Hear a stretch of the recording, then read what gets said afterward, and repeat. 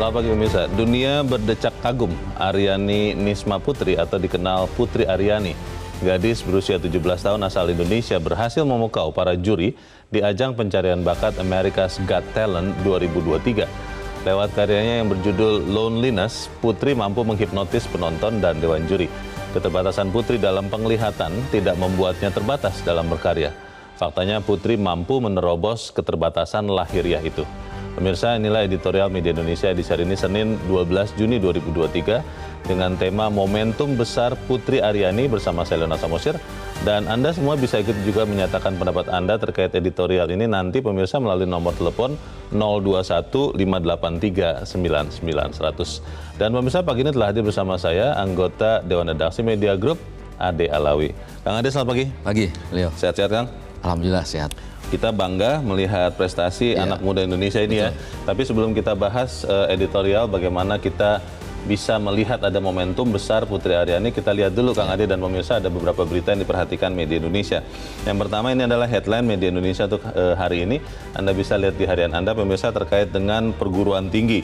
Perkuat pengawasan perguruan tinggi. Ini terkait dengan ditutup ya Kang Ade ya, betul. Atau dicabutnya izin operasional 23 perguruan tinggi swasta di sejumlah daerah. Ya. Terbanyak di Jakarta ada 5 kampus.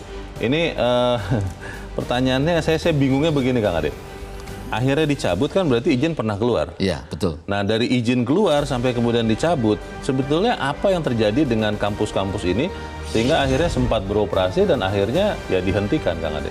Nah ini memang cukup ini ya, Leo, aneh bin ajaib ya. Karena beberapa perguruan tinggi yang ditutup, 23 perguruan tinggi swasta ini, sebagian besar di Jakarta ada 5 PTS, dan beberapa di sejumlah daerah. Ini kan sebenarnya kehadiran mereka bertahun-tahun ini. Iya.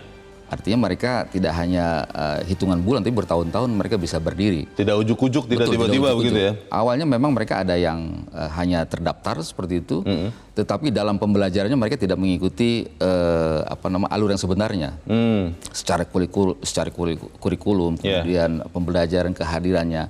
Malah ada hanya mahasiswa yang cuma hadir sekali, tapi kemudian tiba-tiba wisuda mereka. Nah ini dan ada juga yang sama sekali tidak menyelenggarakan pendidikan. Artinya mahasiswanya hanya terdaftar, tetapi mereka tidak ikut pembelajaran dan bisa membeli ijazah di situ. Nah, ada beberapa hal yang membuat Kemendikbudristek menutup 23 PTS. Pertama adalah pembelajaran tidak sesuai dengan ketentuan. Yang kemudian yang kedua adalah jual beli ijazah. Yang ketiga adalah ada keributan, ya, ada konflik internal di PTS tersebut sehingga kemudian mahasiswa terkatung-katung. Dan akhirnya Kemendikbud menutup perguruan tinggi tersebut. Nah, menurut kami adalah bahwa sanksi dari Kemendikbud itu seharusnya tidak hanya sekedar administratif menutup ya, tetapi ini sudah pidana. Kalau kita lihat dari undang-undang tentang pendidikan tinggi ya, pelanggaran terhadap sistem pembelajaran ataupun juga pembelajaran abal-abal ya. Ini bisa dipidana sampai 10 tahun dan kemudian denda sampai 1 miliar. Para pengelolanya ya. Betul, ini kalau kita lihat dari Undang-Undang nomor 12 ya, tahun 2012 ya, tentang pendidikan tinggi. Jadi seharusnya ada sanksi keras dari Kemendikbud, tidak hanya menutup tapi juga mempidana ya.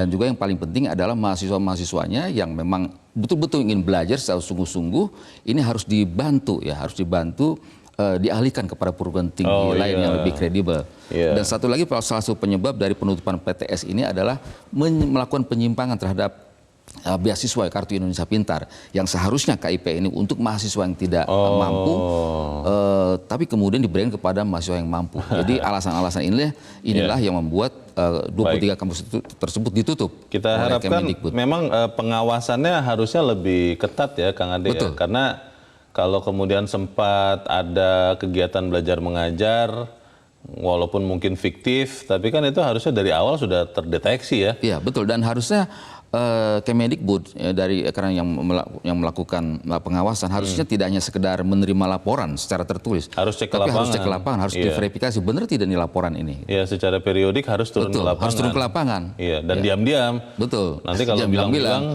ya kalau bilang-bilang nanti diamplopin tuh nanti.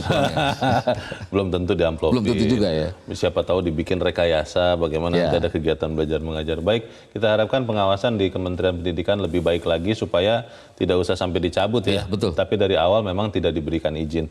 Kita ke berita selanjutnya di halaman 2. Ini terkait dengan ibu kota negara. Jokowi dinilai terlalu memaksakan proyek IKN. Ini maksudnya adalah Presiden Joko Widodo. Ini yang menilai siapa, lalu kenapa dibilang memaksakan proyek ibu kota Nusantara ini, Kang Ade? Ya, ini berangkat dari diskusi di Medcom ya, sejumlah narasumber mengatakan bahwa proyek IKN terlalu dipaksakan. Artinya berbagai kajian belum tuntas, baik kajian secara sosiologis, yuridis, kemudian aspek-aspek lain, lingkungan dan sebagainya. Ini dirasakan belum matang, tapi kemudian pemerintah dinilai memaksakan ya. Dan dana yang digelontorkan untuk proyek IKN ini sampai tahun 2024 ini kan sangat besar sekali, sebanyak 466 triliun. Ini angka yang tentu saja tidak sedikit, meskipun memang dari 466 triliun ini hanya 20% ya dari APBN. Saya kira tidak hanya ya. Ini saya kira sangat besar juga, dan sisanya 80% dari swasta, BUMN dan BUMD. Jadi banyak hal yang saya kira juga dari sisi narasumber ini kajian yang belum matang, sehingga kemudian para investor juga masih belum bisa melakukan eksekusi terhadap proyek di sana, meskipun sudah mereka ada sekitar 228 investor ya, hanya baru menyatakan minat. Dan yang menarik adalah menurut narasumber, bagaimana itu kabar Uni Emirat Arab, kemudian SoftBank yang ternyata sampai hari ini itu belum menunjukkan keinginannya untuk investasi di sana. Ya memang karena pertanyaan besar dari sekian investor ya. Saya pernah wawancara pengembang properti orang Indonesia, Kang Ade.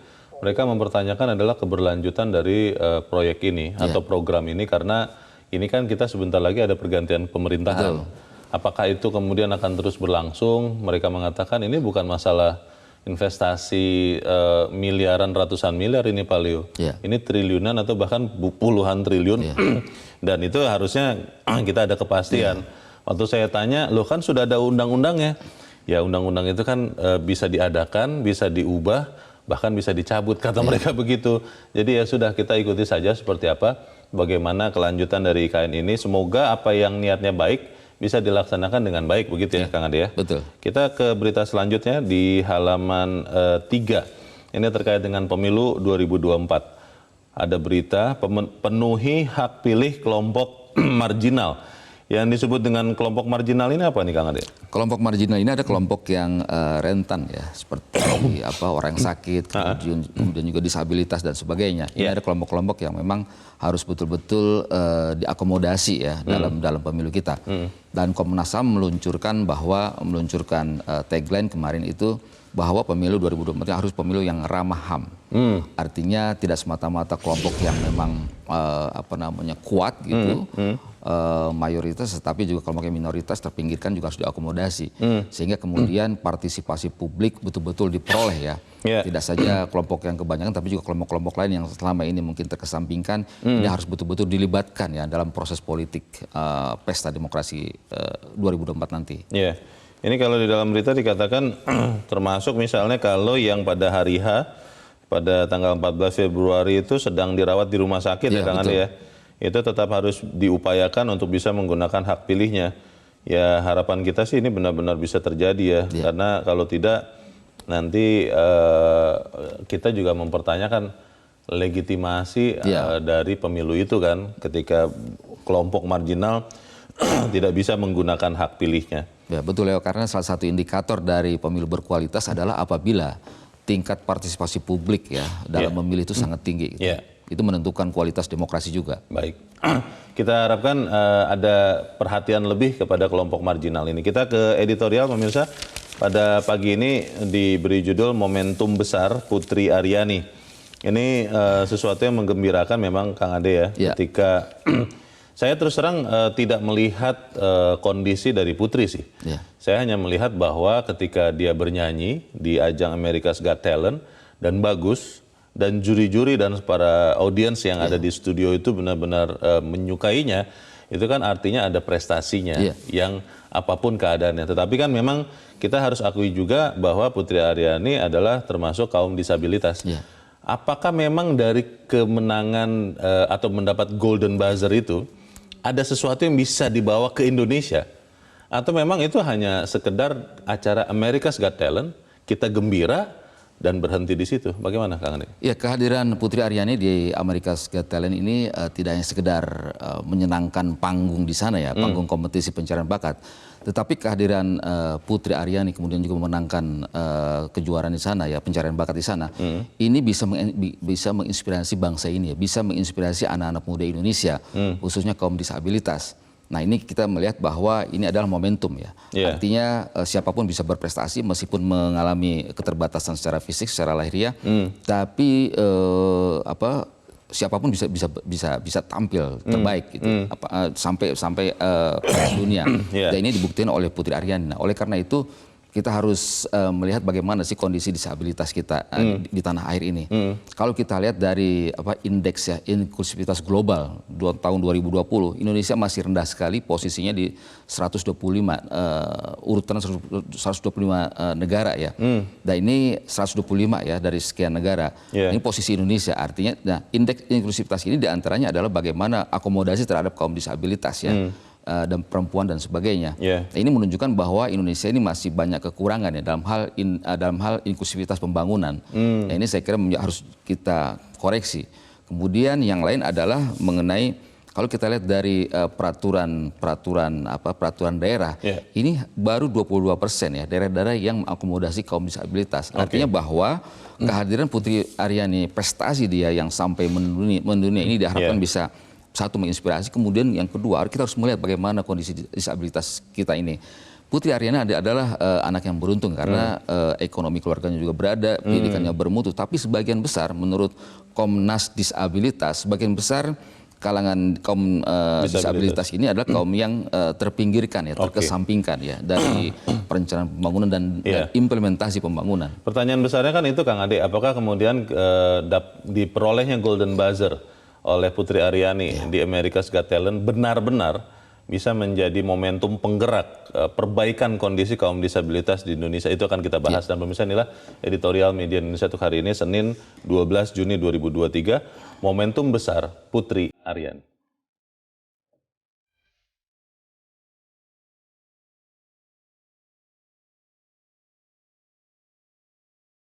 Momentum besar Putri Aryani. You break my heart, break my hope, make me so down in a Dunia berdecak kagum. Aryani Nisma Putri atau dikenal Putri Aryani, gadis berusia 17 tahun asal Indonesia, berhasil memukau para juri di ajang pencarian bakat America's Got Talent atau AGT 2023. Penyanyi belia bersuara emas ini meraih Golden Buzzer dari Simon Cowell. Sang juri langsung mendatanginya saat Putri masih berada di atas panggung. Juri Simon Cowell selama ini dikenal pelit memberikan Golden Buzzer, undangan atau jalur pintas untuk bisa langsung melaju ke babak live show alias semifinal pada AGT 2023. Prestasi siswi Sekolah Menengah Musik atau SMM Yogyakarta dalam bidang tarik suara terasah sejak kecil. Putri tak sekedar menyanyi, dia juga mampu memainkan sejumlah alat musik. Dan yang lebih menakjubkan lagi, dia piawai membuat lagu. Karya lagu peraih Indonesia's Got Talent 2014 yang berjudul Loneliness mampu menghipnotis penonton dan Dewan Juri AGT 2024. Keterbatasan Putri dalam penglihatan atau tunanetra tak membuatnya terbatas dalam berkarya. Faktanya, Putri mampu menerobos keterbatasan lahiriah tersebut. Amazing. Kemenangan Putri Aryani di pentas dunia hendaknya menjadi momentum besar bangsa ini untuk memberikan perhatian kepada kaum difabel di tanah air yang masih terkesampingkan. Berdasarkan data Badan Pusat Statistik pada 2020, jumlah penyandang disabilitas sebanyak 22,5 juta jiwa. Adapun Organisasi Kesehatan Dunia atau WHO menyebut presentasi difabel di Indonesia 10% dari total penduduk atau sekitar 27,3 juta orang. Menurut Komisi Nasional Disabilitas, sebagian besar mereka belum terdata karena masih menerima stigma negatif dari masyarakat.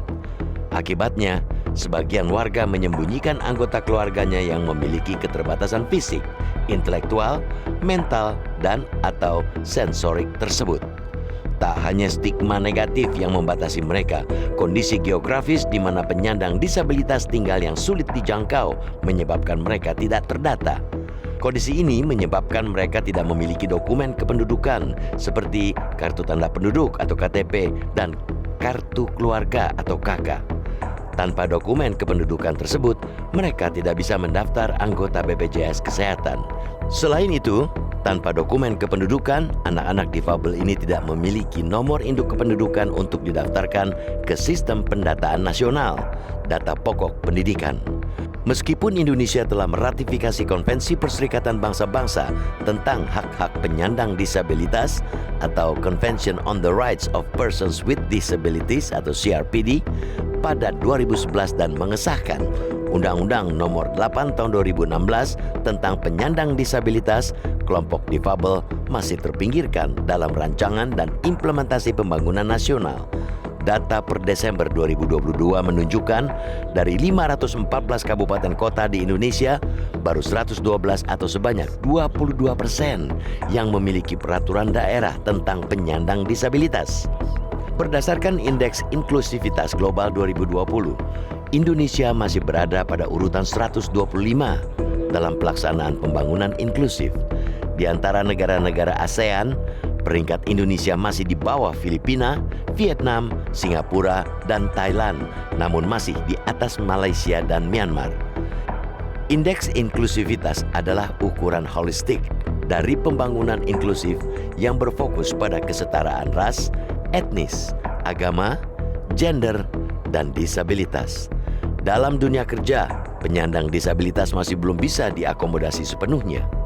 Padahal, berdasarkan pasal 53 Undang-Undang Nomor 8 Tahun 2016 tentang penyandang disabilitas menegaskan bahwa pemerintah daerah, dan BUMN wajib memperkerjakan paling sedikit 2% penyandang disabilitas dari jumlah pegawai atau pekerja.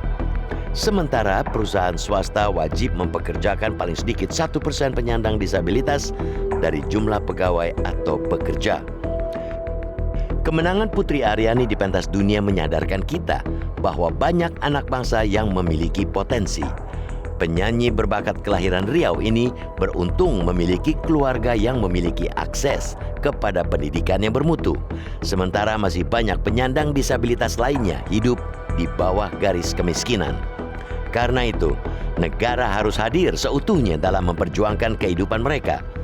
Undang-Undang Penyandang Disabilitas memberikan perspektif baru bahwa penanganan kaum difabel tidak lagi berdasarkan belas kasihan atau charity-based, melainkan berdasarkan pemenuhan hak asasi manusia. Semoga lahir Putri Aryani lainnya dari bumi Indonesia yang menorehkan prestasi di tingkat dunia.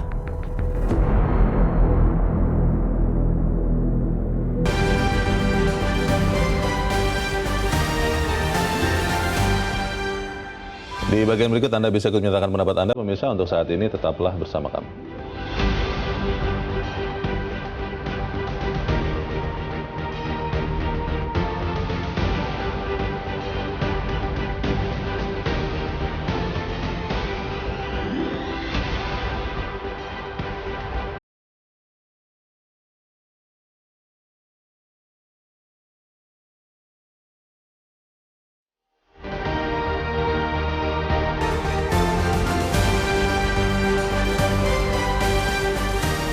Terima kasih pemirsa, Anda masih bersama kami di Editorial Media Indonesia, dan sebelum kita lanjutkan diskusi kita, Kang Ade, kita mau bertanya dulu dengan saat ini sudah tersambung lewat saluran telepon dengan Ketua Himpunan Wanita Disabilitas Indonesia atau HWDI, Maulani Rotinsulu. Ibu Maulani, selamat pagi. Selamat pagi, Mas. Ya, Bu Maulani, kalau melihat apa yang terjadi di ajang pencarian bakat America's Got Talent, ketika Putri Aryani yang juga adalah disabilitas mendapatkan golden buzzer, jalan pintas untuk masuk ke level semifinal, belum menang sih, tapi ini sesuatu yang bagus. Kalau Anda lihat momentum ini bisa benar-benar membuat perubahan, perbaikan di kondisi di Indonesia bagi kaum disabilitas, atau memang ini kegembiraan melihat saja lalu tidak berdampak? Bagaimana Bu Maulani? Menurut saya sangat-sangat bisa digunakan sebagai momentum, Mas, karena ini kan salah satu bentuk dari keberhasilan Putri. Ini salah satu pengangkatan hambatan dari masalah penyandang disabilitas, yaitu faktor eksternal dari hambatan perilaku yang mensik gitu loh. Jadi selama ini kan kita punya dua hambatan ya sebenarnya kalau kita lihat dari konvensi hak hak penyandang disabilitas, yaitu fasilitas-fasilitas yang tidak akomodatif bagi pembangunan penyandang disabilitas, dan kedua perilaku yang mensik. Nah ini kan kalau kita lihat dari komen-komennya Putri kan bahwasanya salah satu tekad dia gitu, walaupun ini nggak tiba-tiba ya, dia sudah apa namanya berproses ya. Dari kecil, tapi kemudian dia merasa bahwasanya banyak hambatan juga gitu dari cara orang merendahkan diri. Nah ini menjadi satu momen untuk mengatakan bahasanya kemudian ada perubahan sebenarnya dari cara pandang masyarakat atau mindset masyarakat. Walaupun itu kemudian aja dia gitu ya. Tapi kan sebenarnya dia juga sudah melalui Indonesia Got Talent dan sebagainya. Bagi dunia seni ini tidak ada masalah gitu. Bagi perbedaan-perbedaan tersebut. Nah, tentu saja saya sangat optimis dan teman-teman semuanya sangat optimis. Kita semuanya dari komunitas disabilitas sangat bangga dengan capaian Putri gitu. Nah kita harapkan ini akan berdampak pada perubahan-perubahan mindset yang kepada pihak-pihak, terutama pihak-pihak yang mempunyai kewajiban untuk melaksanakan Undang-Undang Nomor 8, melihat bahwasanya ini nggak sekedar jargon loh. Kalau misalnya diberikan kesempatan, penyandang disabilitas itu bisa gitu loh, menembus batas dan lain sebagainya. Kalau Anda lihat yang paling harus ditambah lagi upayanya untuk memanfaatkan momentum kemenangan Putri Aryani ini, Bu Maulani, itu lebih kepada penyediaan fasilitas seperti yang tadi Anda katakan, atau penghilangan stigma yang mungkin masih banyak di alam bawah sadar masyarakat Indonesia. Yang mana, Bu Maulani? Ya, penghilangan stigma nomor 1, walaupun di konvensi dia didudukan di kedua ya tentang eksternal tersebut. Karena pada dasarnya kan sudah punya undang-undang membicarakan tentang aksesibilitas dan akomodasi yang layak pembangunan penyandang disabilitas itu sudah 7 gitu lah kan, sampai kemudian ada undang-undang baru 2016. Pada dasarnya fasilitas-fasilitas itu sudah ada gitu, tapi kemudian penggunaannya, siapa yang harus menyediakan dan lain sebagainya. Bahkan yang paling inti adalah pelatihan pada pelayanan publik itu sendiri terkait adanya fasilitas-fasilitas ini yang menghambat gitu. Jadi rolling kebijakan maupun orang-orang yang terkait dengan pelayanan publik ini begitu ya. Jadi terus menerus kita rajin untuk mengedukasi pelayanan publik untuk harus terus menerus ya menyuarakan perbaikan bagi kaum disabilitas. Baik, kita harapkan itu bisa kita manfaatkan momentum dari Putri Aryani ini. Ibu Maulani Rotin Sulu, terima kasih sudah mencerahkan kami pagi ini. Selamat pagi, Bu Maulani. Singkat dulu Kang Ade sebelum kita jeda, yang lebih penting harus dikembangkan dengan cepat adalah yang mana? Tadi kan Bu Maulani mengatakan ada stigma, tapi juga ada fasilitas yang mengakomodir kaum disabilitas. Yang mana yang lebih harus dikembangkan? Ya saya kira mesti paralel ya Leo ya. Artinya pendekatan secara legalitas juga oke. Kita harus sosialisasikan Undang-Undang Nomor 8 tahun 2016 tentang Undang-Undang Disabilitas. Ini juga harus disosialisasikan ya. Karena eksistensi mereka diakui secara hukum. Kemudian bagi yang mengurangi haknya, kemudian bagi yang menghalang-halangi, ini juga jelas juga sanksinya. Artinya pendekatan tidak cukup dengan legalitas ya. Kalau kita lihat dari perda tadi, kalau lihat dari daerah, itu banyak sekali yang belum membuat perda tentang disabilitas ya. Kemudian yang kedua adalah saya kira penting ini pendekatan secara kultural ya. Artinya dari tokoh-tokoh masyarakat, ini harus betul-betul memberikan menghimbau dan mengajak kepada masyarakat untuk tidak melakukan stigma ya, karena stigma ini berakibat pada malunya keluarga. Jadi banyak sekali saudara-saudara kita yang kalangan disabilitas ini tidak terdata karena keluarganya menyembunyikan. Nah, ini kan berbahaya. Semacam dianggap aib begitu ya. Dianggap aib. Nah, ketika keluarga menyembunyikan, tidak bisa menampilkan ke ruang publik, ini kan berdampak misalnya tidak bisa mengakses data kependudukan, KTP, kemudian juga kartu keluarga, yang berakibat nanti tidak bisa mendaftar di BPJS Kesehatan. Nah, ini juga bermasalah di situ. Kemudian yang lain ketika tidak mempunyai data kependudukan, juga nanti secara pendidikan juga akan bermasalah juga. Dan yang bersangkutan tidak terdaftar dalam data pendidikan nasional gitu. Jadi dampaknya sangat besar sekali. Jadi stigma itu harus betul-betul dikikis ya oleh kita semua. Pertanyaan besarnya adalah begini Kang Ade, bagaimana benar-benar kita memanfaatkan momentum kemenangan atau didapatnya Golden Buzzer Putri Aryani ini supaya benar-benar nyata ini. Jangan kemudian selesai ajang America's Got Talent ya kita kembali lagi ke kehidupan normal. Kaum disabilitas juga tidak lagi terperhatikan atau kurang terperhatikan. Kita akan bahas di bagian berikut dan pemirsa tetap bersama kami. Editorial Media Indonesia kembali selesai headline news pukul 7 waktu Indonesia Barat.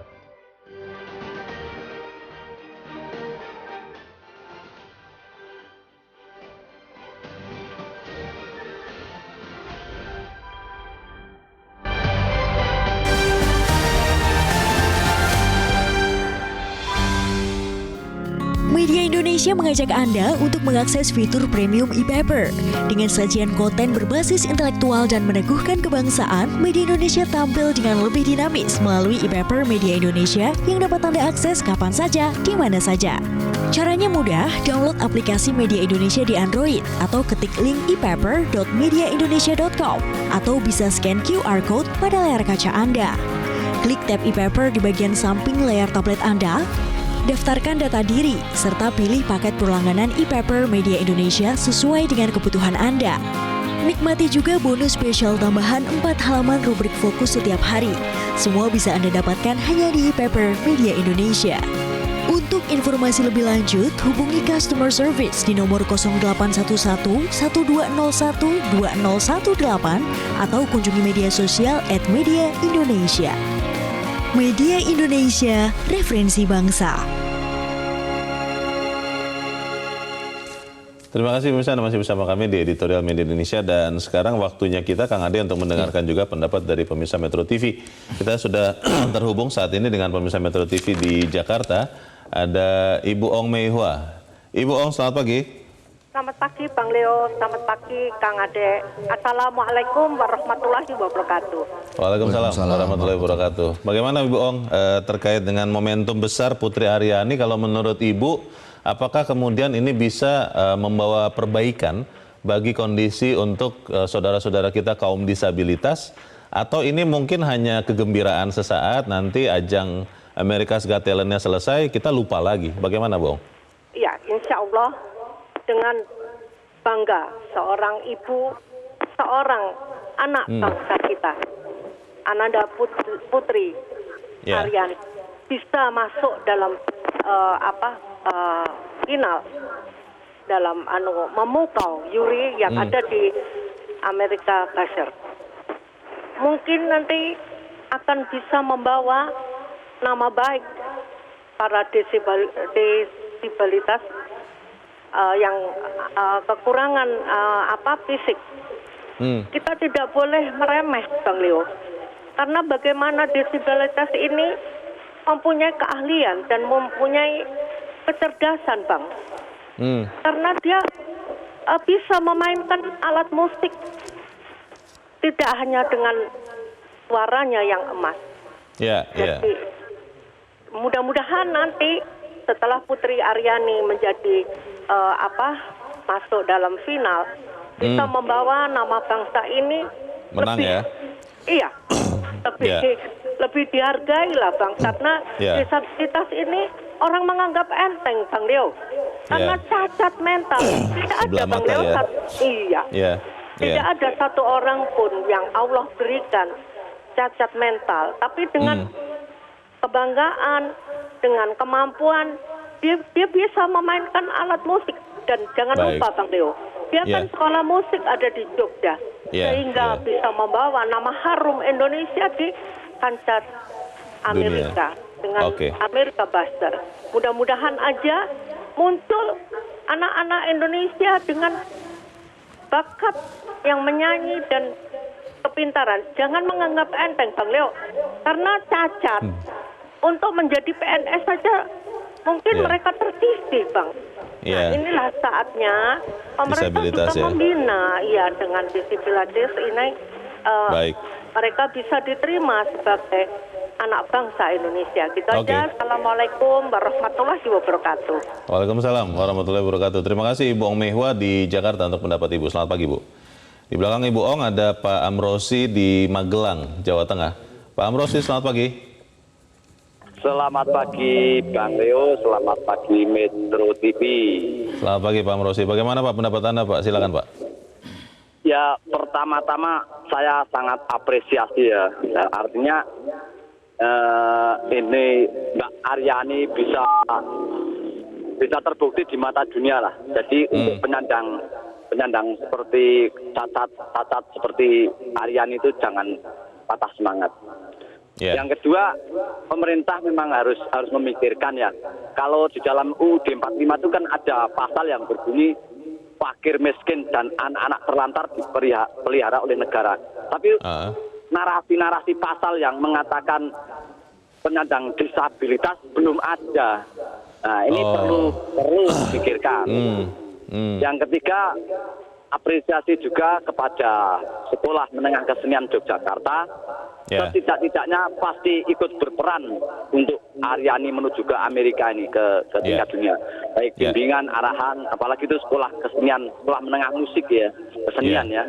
Jadi sangat berperan. Jadi untuk penyandang disabilitas seperti itu, sekali lagi jangan patah semangat. Oke. Terima kasih Pak Amrosi di Magelang, Jawa Tengah untuk pendapat Bapak. Selamat pagi Pak. Di belakang Pak Amrosi ada Pak John Veto di Batam, Kepulauan Riau. Pak John, selamat pagi. Selamat pagi, Bung Leo. Selamat pagi, Mas Ade. Salam sehat selalu ya. Salam sehat. Bagaimana Pak John? Silakan Pak pendapat Anda Pak. Ya, saya apresiasi dulu dengan editorial Metro TV pagi hari ini ya. Ini yang ditunggu-tunggu, yang diapa oleh semua. Ketujuh ya. Mata dunia pada keberhasilan capaian Putri Aryani putra bangsa Indonesia yang asalnya dari Kampar, Riau sana. Jadi begini, jadi yang dibahas tadi itu memang betul. Sedih juga kita. Jadi saya menonton berkali-kali itu ulangannya itu. Ya ada yang menyapu itu yang ada, kalau saya tengok dia dari etnis Yahudi itu, tengok topi dia, peci di dalam itu. Jadi artinya ya putri terbaik Indonesia tahun ini ya Putri Aryani lah ya. Dia membuka sekat ya, etnis, bahasa, membuka sekat semua, tidak ada yang tidak meneteskan mata dalam ruangan itu.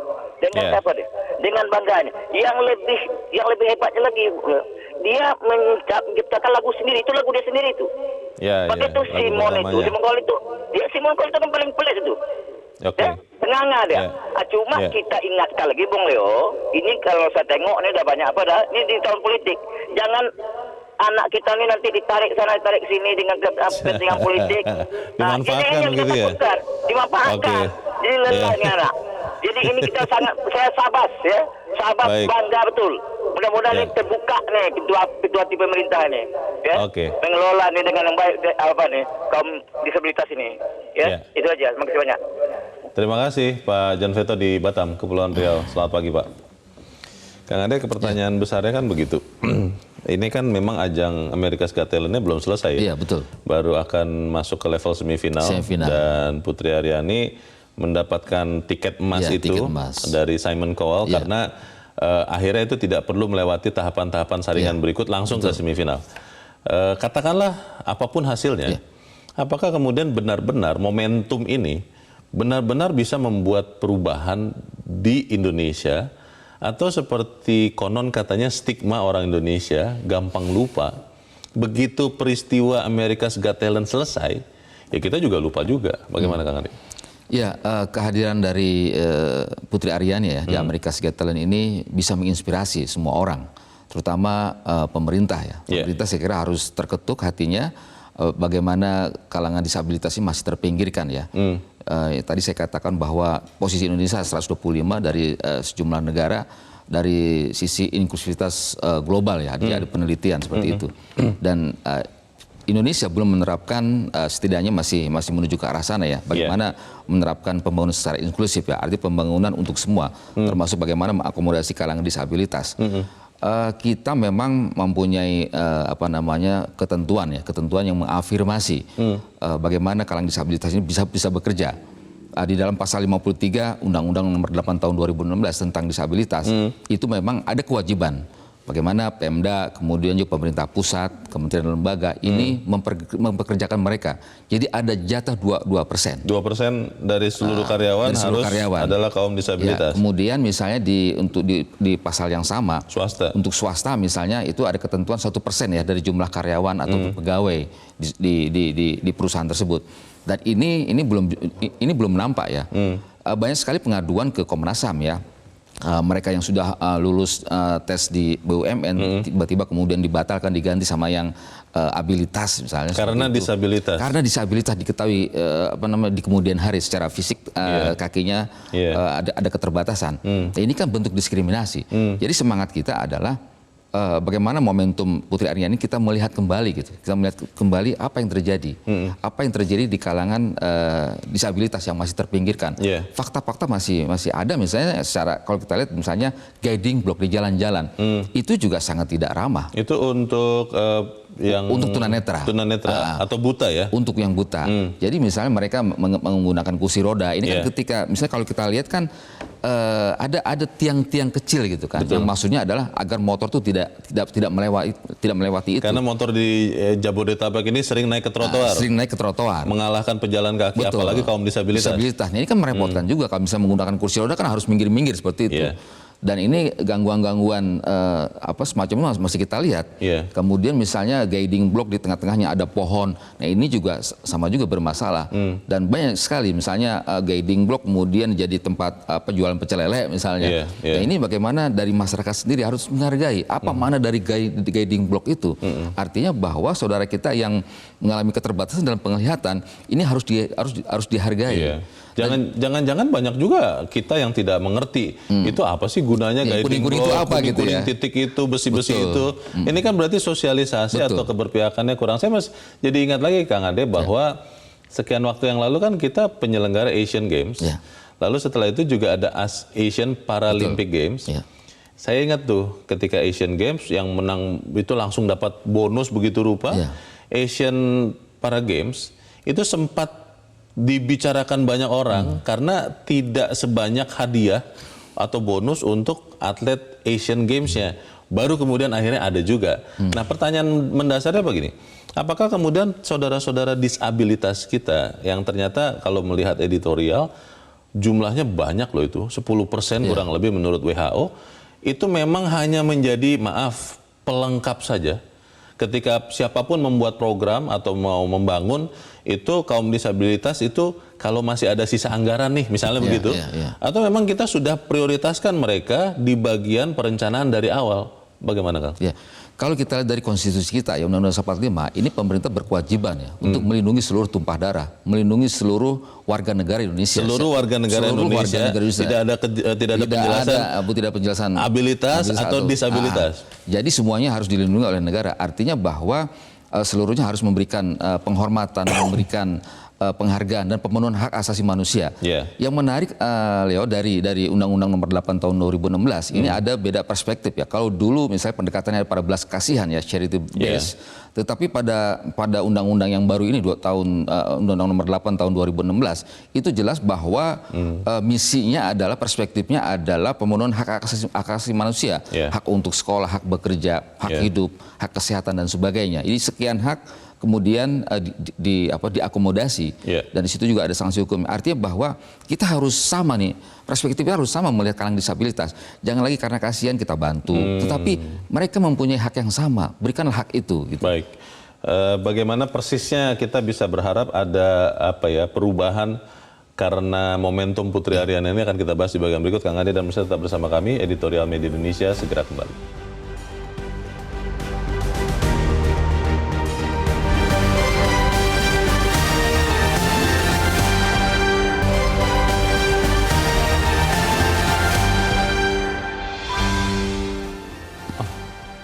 Terima kasih Anda masih bersama kami di Editorial Media Indonesia. Kita akan ada di bagian akhir dari diskusi kita pagi ini, pemirsa. Kang Ade, kalau kita bicara momentum, itu kan ada batas waktu ya? Ketika momentum America's Got Talent ini lewat nanti, apapun hasil yang menang atau tidak Putri Aryani, ya kita lupa juga dengan adanya seorang Putri Aryani, kaum disabilitas Indonesia, yang bisa masuk ke ajang semifinal America's Got Talent. Mudah-mudahan masuk final, mudah-mudahan menang. Pertanyaannya Kang, bagaimana supaya kita tidak sempat lupa ada kemenangan Putri Aryani supaya itu membuat perbaikan kondisi bagi kaum disabilitas di Indonesia? Ya, memang upaya untuk memberdayakan kalangan disabilitas bukan pekerjaan yang sesaat ya. Jadi semua pihak harus memberikan ruang kepada mereka untuk berkreasi ya, untuk berkreativitas. Media Indonesia misalnya ini mendedikasikan satu halaman setiap pekan, setiap hari Jumat itu dengan rubrik setara berdaya. Setara berdaya? Setara berdaya, artinya ketika kita harus setara, kalangan disabilitas harus disetarakan dan mereka harus diberdayakan. Mereka harus berprestasi dan sebagainya. Banyak kalangan-kalangan disabilitas dari berbagai daerah di mana kita melakukan liputan, melakukan reportase, mereka mereka melahirkan karya-karya yang luar biasa. Jadi perhatian ini kontinu, konsisten setiap hari Jumat ya, di Harian Media Indonesia. Dan tahun lalu kita menyelenggarakan festival setara berdaya, dan tahun ini juga kita akan lebih besar lagi menyelenggarakan festival setara berdaya. Artinya apa? Bahwa perjuangan untuk menciptakan bagaimana mereka menjadi arus besar ya pembangunan, menjadi arus besar kehidupan di negara kita. Ini pekerjaan yang bukan pekerjaan sesaat, tapi harus sustain ya. Maraton ya. Harus konsisten. Nah, oleh karena itu menurut saya semua pihak, terutama pemerintah ketika lahirnya undang-undang tentang disabilitas harus melakukan sosialisasi, harus melakukan harmonisasi, karena banyak sekali undang-undang yang memang masih menyebut di sejumlah perda misalnya masih menyebut mereka ini penyandang cacat. Dari istilah saja masih tertinggal ya? Istilah saja masih tertinggal. Nah, ini saya kira juga perlu harmonisasi ya. Bagaimana perda-perda yang tidak ramah disabilitas ini harus mengacu kepada Undang-Undang Nomor 8 Tahun 2016. Nah, sehingga kemudian betul-betul kalangan disabilitas ini terlindungi, kemudian juga hak martabatnya terangkat, kemudian hak kehidupan mereka juga terpenuhi. Tadi Pak Amrosi menarik, beliau mengatakan ini kan tahun politik nih, jangan-jangan kemudian momentum Putri Aryani dimanfaatkan dalam tanda petik juga oleh partai-partai politik, begitu Kang Ade. Kalau itu sampai terjadi bagaimana itu ya? Hanya memanfaatkan popularitasnya saja supaya kemudian orang-orang datang kepada partai politik itu, tapi manfaat kepada kaum disabilitasnya ya tanda tanya besar. Bagaimana Kang? Ya, saya yakin semua pihak dan kita semua sayang ya sama Putri Aryani ya. Dan jangan sampailah terjadi seperti itu. Jangan sampai kemudian prestasi yang ditorehkan oleh Putri Aryani, karena memang sejak kecil juga penuh prestasinya, ini kemudian dimanfaatkan secara politik ya. Jadi saya kira kita partai politik juga tidak akan melakukan itu, saya yakin itu. Yakin. Jadi oleh karena itu kita harus jaga juga gitu. Karena Putri Aryani ini menurut saya sih sangat menginspirasi ya. Dia tidak hanya pandai menyanyi, suaranya bagus gitu. Kemudian tapi juga dia memainkan sejumlah instrumen. Kemudian yang paling penting dia mampu berkarya. Loneliness, karya dia itu betul-betul diakui kok. Banyak orang yang suka. Kemudian juga diapresiasi oleh para dewan juri. Dan ini menurut saya juga modal. Bagaimana Putri Aryani bisa menginspirasi, bagaimana menginspirasinya dia akan melahirkan karya-karya terbaik lainnya. Semangat itu bagi kaum disabilitas yang lain ya. Tapi kalau bicara soal fasilitas ya Kang Ade, apakah kemudian ketentuan tadi 2% harus merekrut, lalu juga fasilitas, saya bicara fasilitasnya, itu apakah memang sudah terpenuhi? Jakarta contohnya misalnya sebagai ibu kota negara saat ini, apakah kemudian memang sudah menjadi kota yang ramah bagi para penyandang disabilitas? Jakarta masih belum ya, meskipun misalnya guiding block tadi ya. Pada pelaksananya juga masih tidak ramah ya. Artinya masih banyak hambatan-hambatan ketika seorang tunanetra melewati jalan itu, masih banyak hambatan-hambatan. Kemudian juga di perusahaan-perusahaan misalnya seharusnya Dinas Tenaga Kerja ini melakukan inspeksi ke perusahaan-perusahaan. Apakah perusahaan-perusahaan itu sudah ramah disabilitas atau belum? Akses akses jalan mereka seperti itu. Karena ada perda ya. DKI memiliki perda disabilitas bagaimana dunia kerja harus ramah mereka.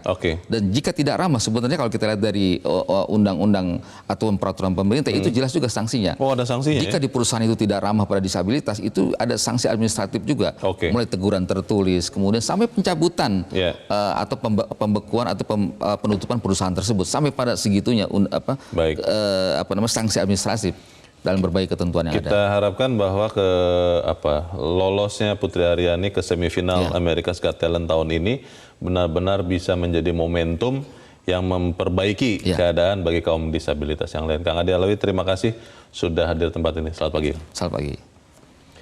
Pemirsa, kemenangan Putri Aryani di pentas dunia menyadarkan kita bahwa banyak anak bangsa yang punya potensi besar.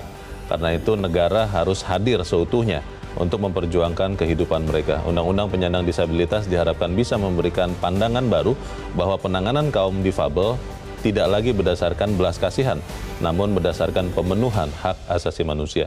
Saya Leonard Samosir, terima kasih Anda sudah menyimak editorial Media Indonesia 1 pagi ini. Terus jaga kesehatan Anda, terus jaga nurani Anda. Selamat pagi, sampai jumpa.